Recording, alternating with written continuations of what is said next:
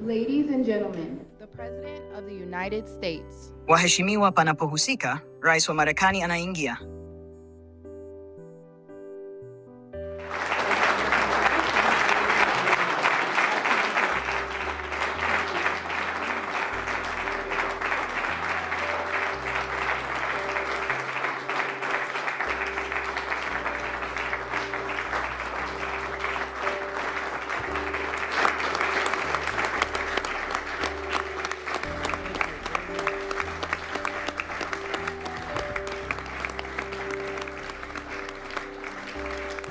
Well, thank you very much. Asanteni sana. Ni heshima kubwa kuwa hapa nanyi. Najua mmekuwa mkifanya kazi kwa bidii na kwa mafanikio makubwa. Ikulu ya White House ni sehemu ya kipekee sana. Nataka kuanza kwa kuuliza, Johnny yupo? Kutoka kwenye kombe la dunia, nataka kukushukuru kwa uchaguzi huu.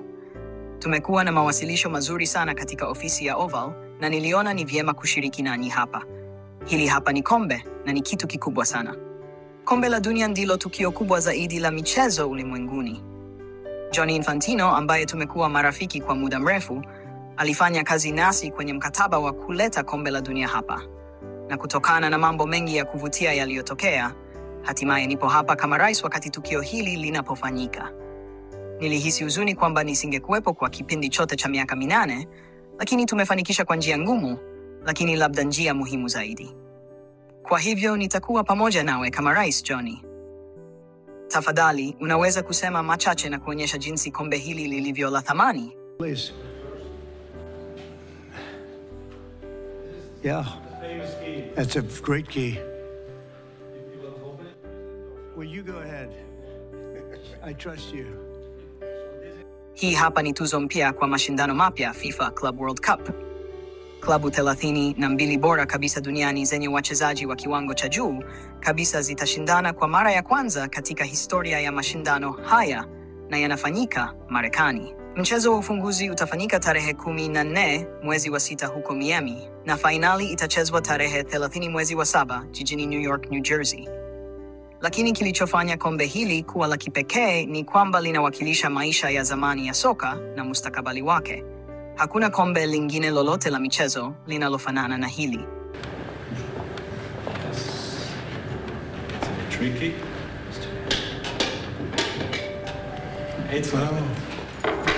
Linaonyesha historia ya mchezo wa soka, majina ya timu zinazoshiriki katika toleo la kwanza, na majina ya viwanja 11 vya Marekani ambapo mashindano haya yatafanyika.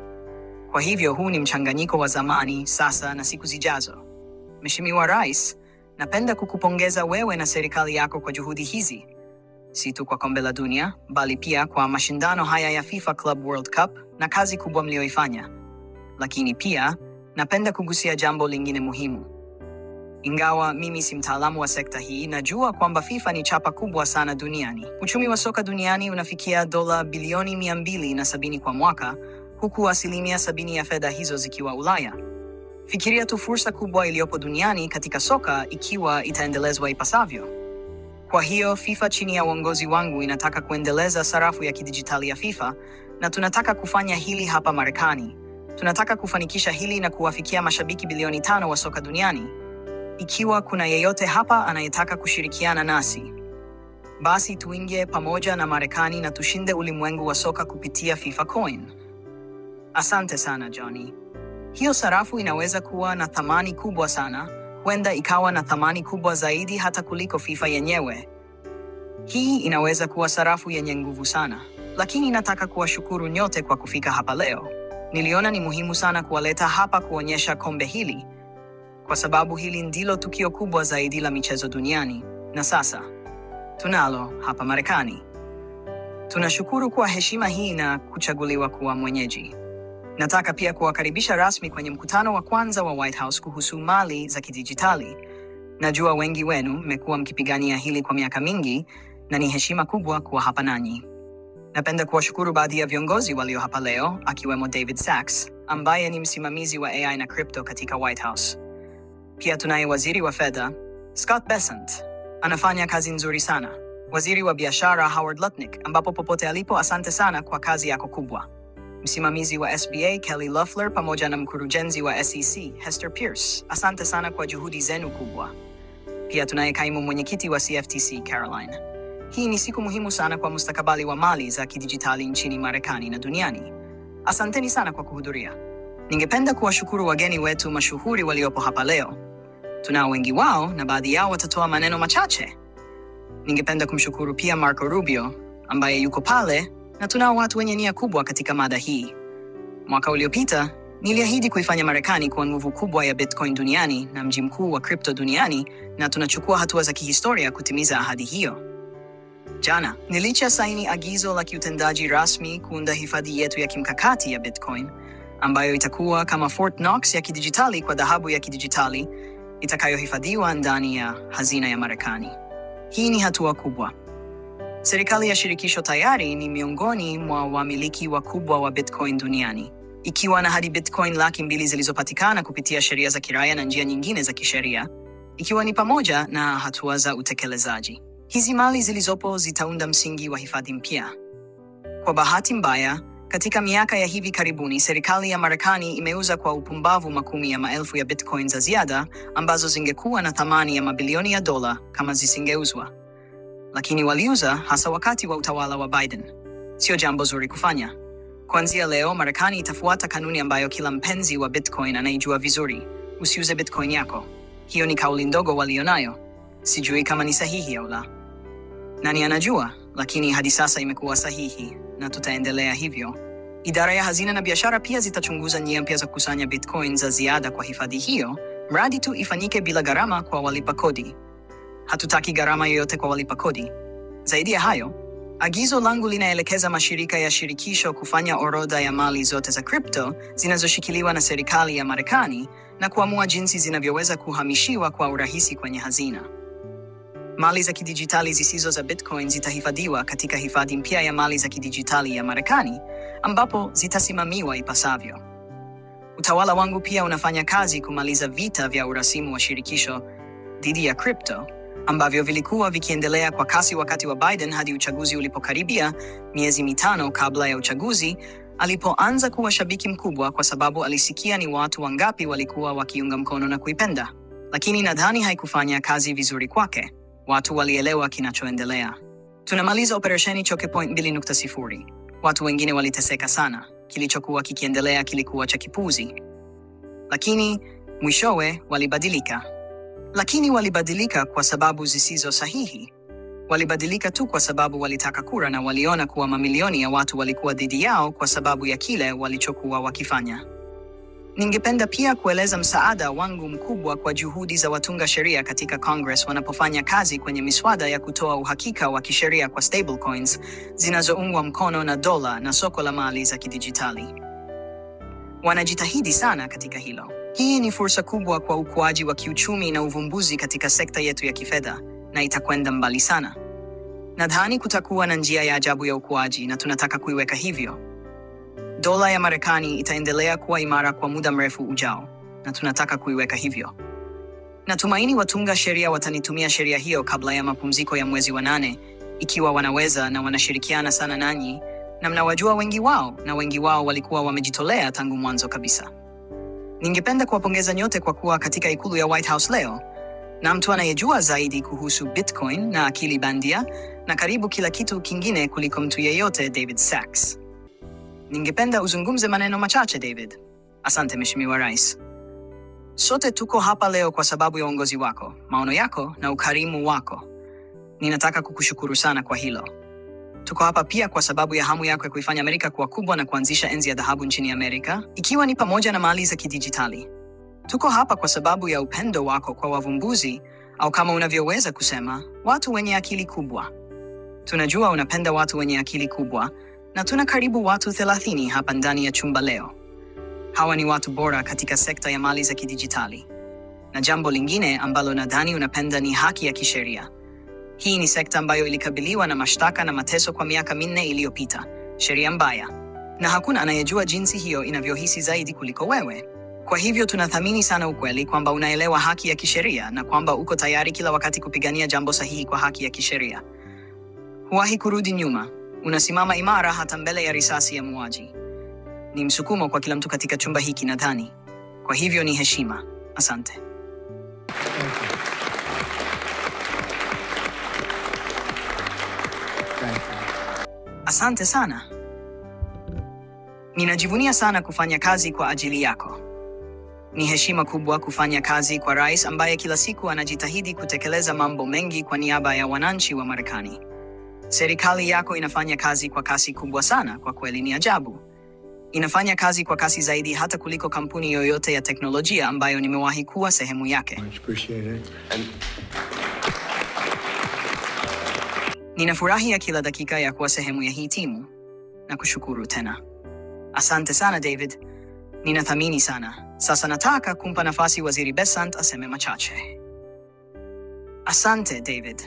Leo, Rais Trump ametia saini agizo la kuanzisha akiba rasmi ya Bitcoin ya kimkakati na kuihifadhi. Hatua hii itaiweka Marekani katika nafasi ya uongozi miongoni mwa mataifa katika mkakati wa mali za kidijitali. Ni muhimu kwa Marekani kutambua ukweli huu na kuchukua hatua kabla ya mataifa mengine katika zama hizi za kidijitali. Tunampongeza rais kwa mwelekeo wake wa kutumia mali za kidijitali ambazo taifa tayari linamiliki, na sasa tutaweka akiba hii ya Bitcoin. Hii itatumika kuongeza nguvu kwenye mizani ya mali ya Marekani. Nimekuwa nikisema mara nyingi kuwa Rais Trump anaunda mali kwa ajili ya wananchi wa Marekani, wakati marais wengi wa nyuma wamekuwa wakiongeza madeni. Na sehemu kubwa ya mpango huu wa mali inaweza kuwa kupitia mali za kidijitali. Tunakwenda kumaliza matumizi mabaya ya sheria dhidi ya mali za kidijitali. Utawala wa Rais Biden haukufanya chochote zaidi ya kuwaadhibu wavumbuzi. Kuwapo kwenu hapa leo ni ushahidi wa uthabiti wenu. Sehemu kubwa ya jukumu la Wizara ya Fedha katika agizo hili linahusiana na kanuni za kodi na maamuzi kuhusu uzito wa hatari za uwekezaji. Nataka kuwahakikishia kuwa tutashirikiana na ofisi ya mdhibiti wa sarafu, mamlaka ya kodi, na tutafuta au kurekebisha miongozo yote iliyopita inayohusika. Pia tutaweka mfumo bora wa usimamizi wa sarafu thabiti. Kama Rais Trump alivyoagiza, tutaweka sarafu ya Marekani katika nafasi ya juu duniani na tutatumia stablecoins kuhakikisha hilo linafanikiwa. Asante sana. Teknolojia ndio msingi wa urais wa Trump. Anaielewa, anaikumbatia na ataendelea kuitumia kuisukuma Marekani mbele. Teknolojia ya blockchain na Bitcoin ni sehemu muhimu ya mkakati huu, na rais wetu ni kiongozi mkubwa katika hili.